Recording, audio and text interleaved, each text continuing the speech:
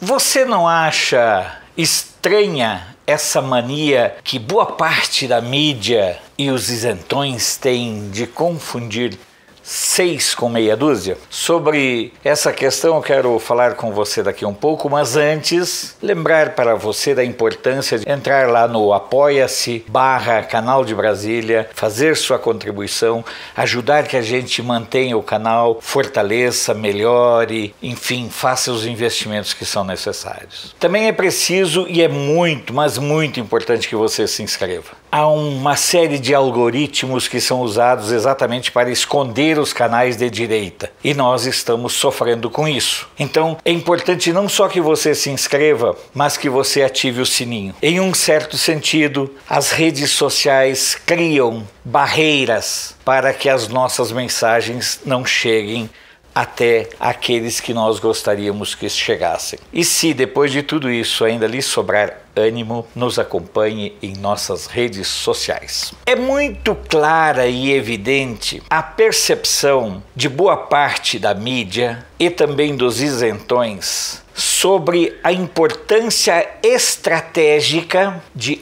afastar, de separar, de apartar Moro de Bolsonaro. Essa é uma estratégia que já vem de antes da posse do presidente e vem sendo acirrada através da manipulação, do diz-que-disse, da fofoca, da notícia plantada, covarde e solertemente, inclusive por pessoas de dentro do governo Bolsonaro que às vezes gostariam de ter mais poder. A reafirmação da lealdade do Moro a Bolsonaro foi um verdadeiro chute na panturrilha de quem pensa que poderá impedir que essa dupla chegue junto até 2026. Eu acredito que a vez do Moro para a presidência será em 2026. Essa é a minha opinião pessoal. E parece-me que ele, por lealdade, tem o mesmo caminho e o mesmo entendimento. No entanto, a chegada do presidente Bolsonaro da viagem para a Índia, exitosa por sinal, ela coincidiu com uma ação que é perfeitamente normal, correta e pontual do presidente Bolsonaro, que foi destituir o adjunto da Casa Civil e que estava no exercício do cargo e que de modo intempestivo, deslumbrado, resolveu requisitar um jatinho da FAB para acompanhar a comitiva do presidente da República. Tem outra explicação a não ser deslumbramento. Mas sobre essa questão dos jatinhos da FAB, eu quero conversar daqui um pouco. Antes, eu quero tratar de um outro assunto e que diz respeito claramente a 3 situações que estão sendo vivenciadas dentro do governo federal e que as pessoas dizem que o presidente não está mantendo a coerência porque está tratando os 3 assuntos de forma totalmente distinta. A primeira delas diz respeito às denúncias contra o deputado Marcelo Antônio, do PSL de Minas Gerais, e que está como ministro do Turismo.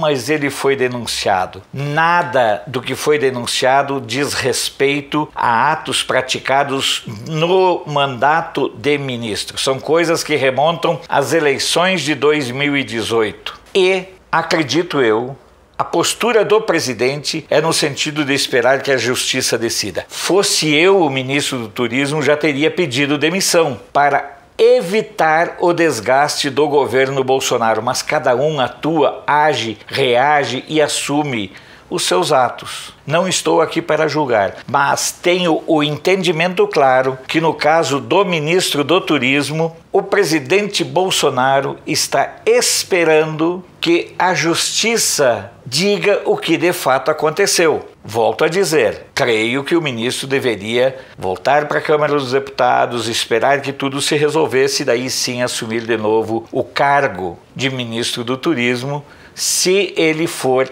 inocentado. A grande questão é que a mídia hoje não quer apenas informar, ela quer julgar, ela quer sentenciar e quer executar a sentença através do linchamento moral público cotidiano, sistemático e reiterado. Outra situação que também é aludida diz respeito ao Fábio Van Garten, um sobrenome bastante difícil de pronunciar, mas para quem, como eu, tem sobrenome Teichmann Bessoff, tudo fica mais entendível, inclusive certos desvios na pronúncia dos sobrenomes. O caso do Fábio, me parece, eu nunca estive com ele, nunca conversei com ele, mas me parece que é muito mais chororô de quem se sentiu prejudicado pela nova divisão de verbas. O trabalho da empresa do Fábio, os contratos, remontam ao começo dos anos 2000. Ele cometeu alguma improbidade no uso de recursos? Bom, aí é uma questão para a justiça definir, mas me parece muito mais que está havendo um chororô por conta de uma nova distribuição de verbas de publicidade. Esse é o X da questão. Ninguém está,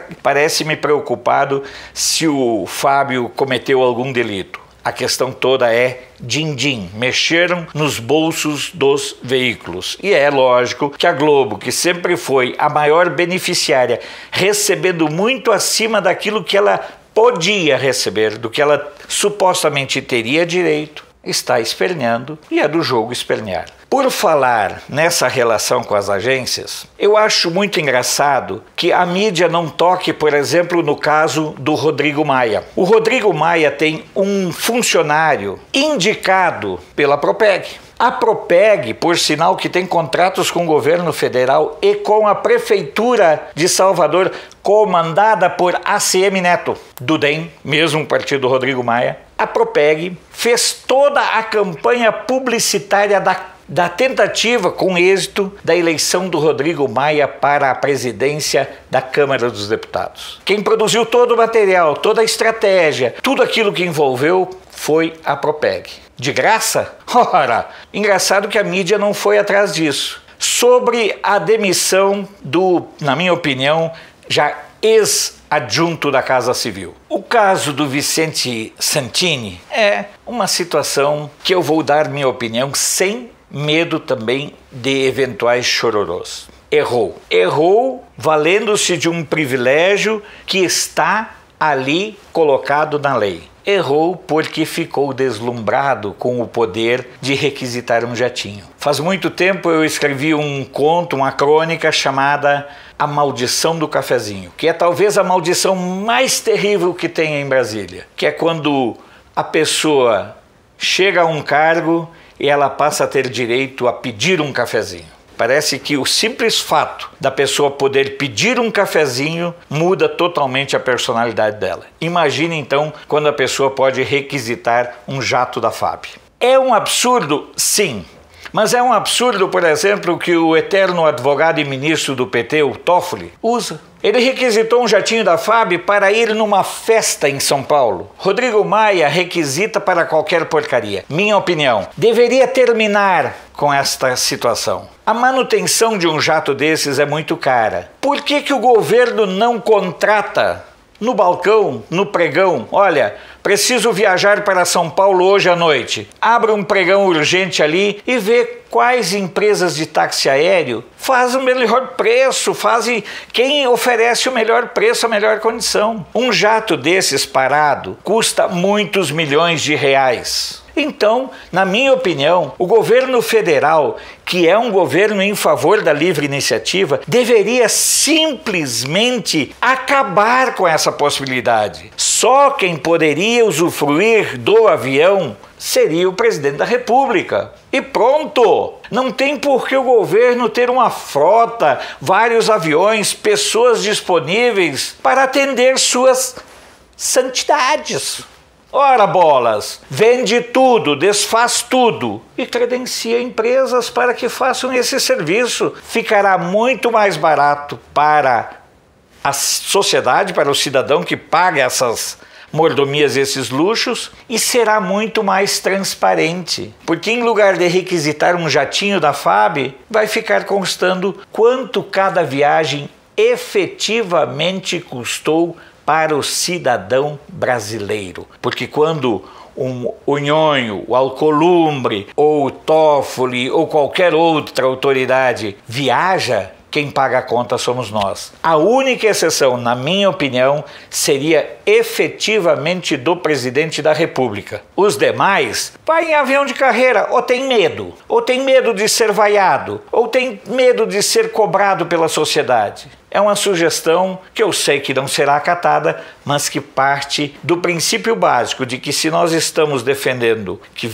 um país democrático e capitalista, está na hora de terminar com esse absurdo que é algumas autoridades, volto a dizer, com exceção do presidente e do vice-presidente da República, que eles possam requisitar aeronaves da FAB, inclusive para festinhas em São Paulo. Na sua opinião, não está na hora desse povo perder essa mordomia? Que faça uso de um jato executivo, contrate, porque aí nós vamos saber exatamente o valor que nós pagamos para sustentar as mordomias de quem só sabe viver na base de mordomias. Sou Alfredo Bessoff, jornalista. Você pode não concordar com o que eu digo, mas eu tenho o compromisso de não silenciar.